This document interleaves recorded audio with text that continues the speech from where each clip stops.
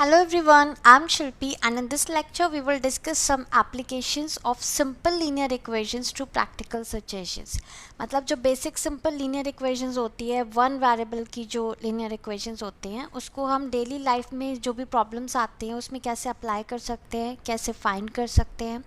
तो उसके लिए सबसे ज़्यादा इम्पॉर्टेंट है जो भी प्रॉब्लम हमें दे रखी है उसे अच्छे से समझना, रीड इट केयरफुली और उसको समझो वो क्या है. उसको समझ के हमने करेक्ट इक्वेशन फॉर्म करनी है. एक बार आपकी करेक्ट इक्वेशन फॉर्म हो गई then you know how to solve that equation and how to find the value of the variable present in that equation. Okay, so कुछ यहाँ पर मैंने प्रॉब्लम्स ले रखी हैं. इस प्रॉब्लम्स को हम सॉल्व करके देखते हैं कि कैसे हम गिवन स्टेटमेंट से या किसी प्रॉब्लम से इक्वेशन फॉर्म करते हैं और फिर हम उसे सॉल्व करते हैं. ठीक है, तो first question we have, if 13 is subtracted from twice a number. अब यहाँ पे किसी नंबर की बात हो रही है. इक्वेशन सॉल्व करेंगे तो ऑब्वियसली बात है कोई ना कोई वेरिएबल तो होगा, कुछ क्वांटिटी ऐसी होगी जिसकी वैल्यू हमें नहीं पता है ना, जिसकी वैल्यू हमें फाइंड आउट करनी है. That is the variable. यहाँ पे क्या वेरिएबल है? नंबर, जिस नंबर की बात हो रही है. ठीक है, तो हम मान लेते कि let that number be X. So let the number be X. Okay, तो इक्वेशन क्या फॉर्म होगी? If 13 is subtracted from, 13 subtract हो रहा है किसी में से, तो 13 हो रहा है सब्ट्रैक्ट किस में से? ट्वाइस अ नंबर, यानी उस नंबर के डबल से. तो ये हो गया 2x. द रिजल्ट इज़ 19, यानी कि इसको सॉल्व करने के बाद जो रिजल्ट आता है दिस इज़ इक्वल टू 19. ये इक्वेशन बन गई. Find the number. सिंपल, इस इक्वेशन को हम सॉल्व कर लेंगे using transposition method. 2x is equals to 19 minus का 13 राइट साइड जाके it will be added, so it is plus 13. So we have 2x is equals to 32 and x is equals to 2 इधर आके divide हो जाएगा. सो 2 1 ज़ा 2, 2 6 ज़ा 12, कितना आ गया? 16. So therefore the required number is 16. This is your answer. Next question देखते हैं. In an isosceles triangle, यहाँ पर एक isosceles triangle की बात हो रही है.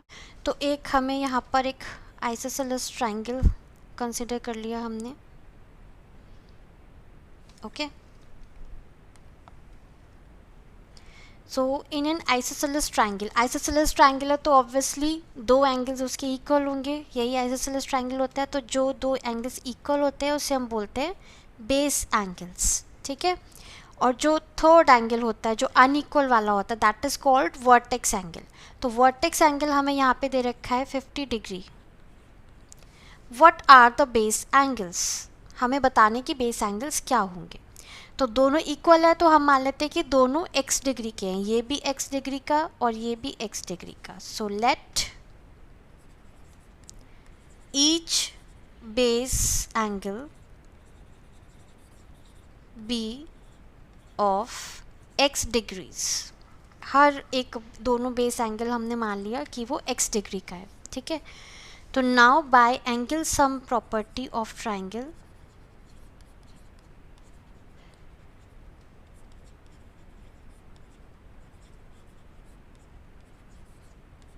एंगल सम प्रॉपर्टी क्या होती है ट्राइंगल की?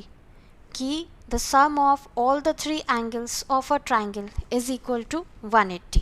तो तीनों एंगल्स का सम यानी x plus 50 is equal to 180. ठीक है, x प्लस एक्स ये हो गया 2x, 50 राइट साइड जाके सब्ट्रैक्ट हो जाएगा तो कितना बच गया? 130. अब 2 राइट साइड जाके डिवाइड हो जाएगा तो कितना हो गया? 130 अपॉन 2, 2 6 ज़ा 12, 2 5 ज़ा 10, कितना आ गया? 65. Okay, so therefore each base angle is of 65 degrees. This is your answer, right? Let's move on to the next one. अब यहाँ किसी नंबर की बात चल रही है. लास्ट स्टेटमेंट देखो, फाइंड द नंबर. ठीक है, तो अपने आप ही आप समझ जाओ हमें क्या लेट करना है, उस नंबर को लेट करना है. So let the number be x. Okay, so let the number be x. अब इक्वेशन देखो, स्टेटमेंट पढ़ो. If 1/5 of a number is subtracted from, मतलब नंबर का 1/5 किसी में से सब्ट्रैक्ट हो रहा है. 1/5 कितना हो गया इस नंबर का, x/5. ये किसी में से सब्ट्रैक्ट हो रहा है. किस में से, 1/3 ऑफ दैट नंबर, उसी नंबर के 1/3 से, यानी x/3 में से सब्ट्रैक्ट हो रहा है. The result is 6. तो दिस इज इक्वल टू 6. ये बन गई हमारी इक्वेशन. इक्वेशन फॉर्म हो गई. अब इसे सॉल्व कर लो. सॉल्व करने के लिए लेफ्ट हैंड साइड हम ले लेते हैं एलसीएम. 3 और 5 का एलसीएम हो गया 15. ये हो गया 5x minus 3x is equal to 6. कितना आ गया, 2x is equals to 6. 15 right side जाके मल्टीप्लाई हो जाएगा. Then x is equals to 6 into 15. 2 right side जाके डिवाइड हो गया. इसे सॉल्व कर लो. 2 3 ज़ा 6. So we have x is equals to 45. ठीक है, क्या पूछा था हमसे, वो नंबर पूछा था. So therefore the required number is 45. This is your answer. Okay, equation एक बार आपकी ठीक से बन जाएगी, then आपकी गलती के चांसेस बिल्कुल कम हो जाते हैं. मीन सबसे ज़्यादा जो प्रॉब्लम आती है that is in forming the equation. Let's see the next one. The length of a side of a triangle is given to you.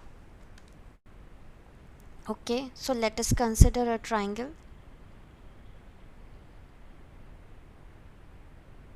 Fine.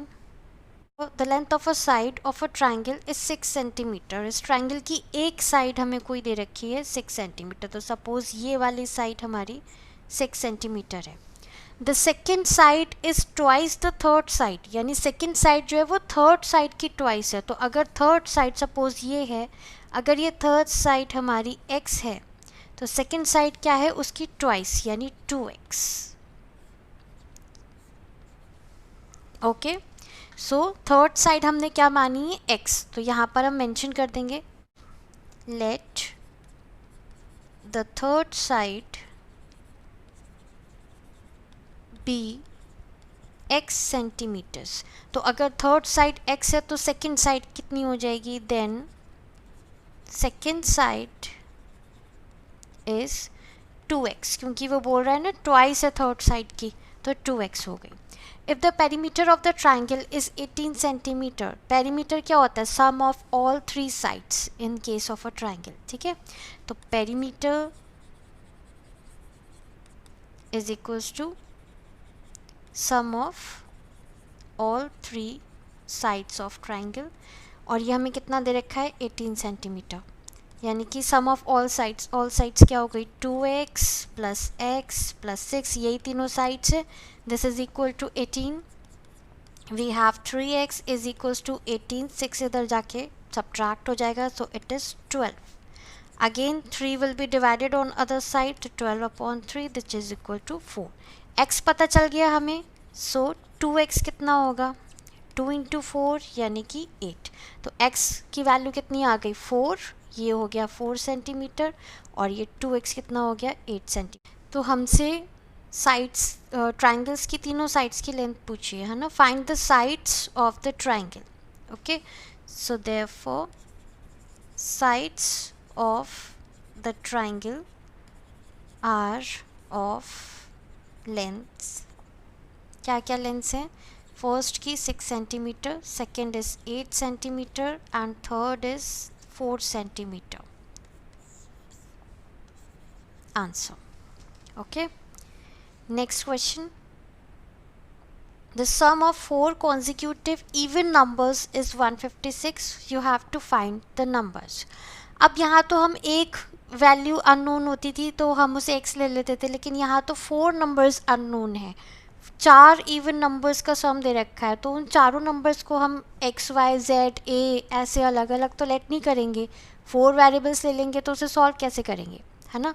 तो हमें एक ही वेरिएबल से चारों नंबर को लिखना है। कैसे लिखना है? इवन नंबर्स की बात हो रही है। इवन नंबर्स क्या होते हैं? 2 के मल्टीपल्स। कोई भी इवन नंबर है 2 का मल्टीपल होगा, राइट। तो अगर उनमें से कोई भी एक इवन नंबर मैं 2x मान लूँ, सपोज एक इवन नंबर कोई 2x है, तो अगला इवन नंबर क्या होगा? 2x प्लस 2, है ना। आप कोई भी इवन नंबर अपने मन में लेट कर लो, सपोज 8 मान लिया मैंने इवन नंबर, तो 8 के अगला इवन नंबर क्या होगा? 8 प्लस 2 यानी 10। इसी तरह से 8 से पहले वाला इवन नंबर क्या होगा? 8 माइनस 2 यानी कि 6। तो क्या होगा? 2x minus 2। उससे भी पहला वाला क्या होगा? 2x minus 4। सो 4 नंबर्स हो गए, हमें 4 ही लेट करने हैं। अगर ज़्यादा पूछे होते 5 नंबर्स होते, 6 नंबर्स होते, तो इसी तरह से हम कितने भी नंबर्स यहाँ पर x की टर्म्स में लेट कर सकते थे, ठीक है। तो यहाँ पर स्टेटमेंट हम क्या लिखेंगे, इसे मैं अभी इरेज कर देती हूँ। So let the consecutive even numbers be, क्या क्या लेट करे थे हमने? 2x माइनस 4, उसका नेक्स्ट क्या होगा? 2x माइनस 2, उसका नेक्स्ट क्या होगा? 2x, उसका नेक्स्ट क्या हो गया? 2x plus 2। कोई भी चार इस तरह से आप लेट कर सकते हो, ठीक है। तो अब यहाँ पे हमें इन चारों का सम दे रखा है, तो इक्वेशंस बहुत सिंपली बन जाएगी। चारों का सम ले लो, 2x minus 4 plus 2x minus 2 plus 2x plus 2x plus 2 is equals to sum कितना दे रखा है? 156। x वाली सारी टर्म्स को ऐड कर दिया, 2x plus 2x plus 2x plus 2x, ये हो गया 8x, और माइनस 2 और प्लस 2 ऐसे सीधा सीधा कैंसिल कर लो तो कितना बचा? -4। ये हो गया 156। तो 8x is equals to -4 right side जाके ऐड हो जाएगा, 156 प्लस 4 कितना हो गया? 8x is equals to 160। x is equals to 160 upon 8 divide हो जाएगा इधर आके, so we have x is equals to 20। x 20 आ गया, तो अब हमें 1 बाय 1 सारे नंबर्स निकालने हैं। सो 2x कितना हो जाएगा? 2 इंटू 20 यानी कि 40। 2x प्लस 2 कितना हो जाएगा? 40 प्लस 2 यानी कि 42। 2x माइनस 2 कितना होगा? 40 माइनस 2 यानी 38। और सबसे पहला नंबर कौन सा था? 2x माइनस 4, ये कितना हो जाएगा? 40 माइनस 4 यानी, therefore the numbers are 36, 38, 40 and 42. This is your answer. Fine. Next question, एक दो क्वेश्चन और देखते हैं हम अभी। अब ये एज पे बहुत सारे क्वेश्चंस आते हैं कि प्रेजेंट एज ये है, इतने इयर्स बाद इतनी हो जाएगी या इतने इयर्स पहले इतनी थी, तो आपको उसमें प्रेजेंट एजेस फाइंड करनी होती है, फादर मदर की, ब्रदर्स की, फादर सन की, इस तरह से कई सारी प्रॉब्लम्स क्रिएट होती हैं, ठीक है। तो यहाँ पर मैंने उनमें से एक टाइप ले रखा है, the age of father is 40 years more than that of his son. तो सबसे पहले हमें जो स्टार्टिंग करनी है वो प्रेजेंट एजेस से करनी है। प्रेजेंट एजेस हमें निकालनी है। देखो last statement, find there present ages. तो सबसे पहले हम प्रेजेंट एज लेट करेंगे, ठीक है। तो मैंने मान लिया यहाँ पर सन की प्रेजेंट एज, क्योंकि फादर की दे रखी है, सन की एज से 40 ज़्यादा है, 40 years more than that of his son. Let present age of son be x years, ठीक है। तो फादर की प्रेजेंट एज कितनी हो जाएगी? प्रेजेंट एज ऑफ फादर क्या बोल रहा है कि 40 years more than that of son, तो x थी सन की, तो x प्लस 40 इतना ईयर्स, ठीक है। नाउ आफ्टर 5 ईयर्स, अब ये कब की बात कर रहे हैं? 5 ईयर्स बाद की। तो 5 ईयर्स बाद पहले हम खुद कैलकुलेट करेंगे कि अगर प्रेजेंट एज x है तो 5 ईयर्स बाद सन की एज कितनी होगी। आफ्टर 5 ईयर्स, 5 ईयर्स के बाद सन्स एज, सन की एज कितनी होगी, पहले x थी तो 5 साल बाद कितनी हो जाएगी x प्लस 5 ईयर्स। फादर की एज कितनी हो जाएगी, फादर्स एज पहले कितनी थी x प्लस 40, और 5 साल बाद की अगर हम निकाल रहे हैं तो 5 और ऐड कर देंगे, तो x प्लस 40 तो था ही प्लस 5, तो ये कितना हो गया x प्लस 45 ईयर्स। ये तो हमने अपने डेटा के अकॉर्डिंग निकाल लिया। अब देखते हैं क्वेश्चन में क्या बोला है। After 5 years father's age will be thrice his son's age, यानी ये जो x प्लस 45 आया है ये थ्राइस है किसका, x प्लस 5 का। यहाँ से इक्वेशन फॉर्म हो जाएगी x प्लस 45 इज थ्राइस किसका, x प्लस 5 का। बस इस इक्वेशन को हमें सॉल्व कर लेना है। ये हो जाएगा x plus 45 is equals to 3x plus 15, bracket open कर दिया, 45 15 इधर आके सब्ट्रैक्ट हो गया, 3x x इधर आके सब्ट्रैक्ट हो गया, तो हमारे पास बचा 30 is equals to 2x, 30 upon 2 is equals to x, यानी कि x is equals to 15। x अगर 15 है तो फादर की प्रेजेंटेज कितनी थी, x प्लस 40, तो x प्लस x प्लस 40, ये कितना हो जाएगा 15 प्लस 40 यानी 55, ठीक है। So therefore son's age is 15 years and father's age is 55 years। ये आपका आंसर हो जाएगा। सन की एज 15 years आ गई और फादर की एज 55 years आ गई, right. Last question, one more, okay. Here we have Rishabh scored thrice as many runs as Varat, मतलब ऋषभ के स्कोर वरत के स्कोर के 3 times है। तो पहले हम लेट कर लेते कि वरत के स्कोर्स x है, so let Virat scored x runs, then Rishabh scored, तो ऋषभ के स्कोर कितने हो जाएंगे थ्राइस, तो ये हो गए 3x runs. Together there runs, मतलब अगर दोनों के रन्स को हम साथ में ले लें, ऐड कर दें, जोड़ दें, ठीक है, तो वो रन्स 8 शॉर्ट यानी 8 कम है किससे, डबल सेंचुरी से। तो यानी इन दोनों का सम x प्लस 3x 8 कम है किससे, डबल सेंचुरी। डबल सेंचुरी क्या हो गई 200। So we have 4x is equals to 200 minus 8 कितना हो जाएगा 192, then x is equals to 192 upon 4, तो ये हो गया 4 4 जा 16, 4 8 जा 32, ओके। एंड ऋषभ का स्कोर कितना था थ्राइस, सो 3x कितना हो जाएगा 3 into 48, 3 8 are 24 and 3 4 are 12, ये हो गया 144, ठीक है। सो देयरफॉर हमें किसका स्कोर पूछा है, दोनों का स्कोर पूछा है, तो therefore Varad and Rishabh scored 48 and 144 runs respectively। Okay, this is your answer. तो इसी तरह से अलग अलग टाइप के क्वेश्चंस मैंने डिस्कस करने की कोशिश करी है। 7 questions we have discuss all of different types. तो इस तरह से कोई भी अगर प्रॉब्लम आपके सामने आती है क्वाड्रिलेटरल को लेके, ट्रायंगल्स पे, एजेस पे, रन्स पे, मार्क्स पे, है ना, तो उस तरह से हमें सिर्फ क्वेश्चन पढ़ के, उसका स्टेटमेंट पढ़ के ये देखना है कि correct equation क्या बनेगी। Once you form the correct equation, it is easy to solve and get the value of the variable or the unknown quantities. So try on questions based upon the applications of the linear equations in one variable. Take care. Goodbye.